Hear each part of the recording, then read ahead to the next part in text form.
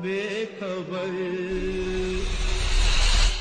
तू आती है सीने में जब जब सांसें। डे 150 फ्यूचर के नाम, और हम लगा रहे हैं अपने हर फॉलोवर के नाम से एक पेड़। यदि आप भी चाहते हैं अपने नाम से पेड़ लगवाना तो हमें फॉलो कीजिए और कमेंट में अपना नाम लिखिए। ये पेड़ है सरताज के नाम से, ये पेड़ है यश के नाम से, ये पेड़ है अजय के नाम से, ये पेड़ है शर्मा जी के नाम से, ये पेड़ है मुस्तफा अंसारी के नाम से, ये पेड़ है अब्दुल रहमान के नाम से। दोस्तों, अगर आप भी चाहते हैं पर्यावरण को सुरक्षित रखना तो हमारे साथ हमारे काम में हमारा सहयोग कीजिए और ज्यादा से ज्यादा हमें फॉलो कीजिए। जय हिंद, जय भारत, जय वनस्पति।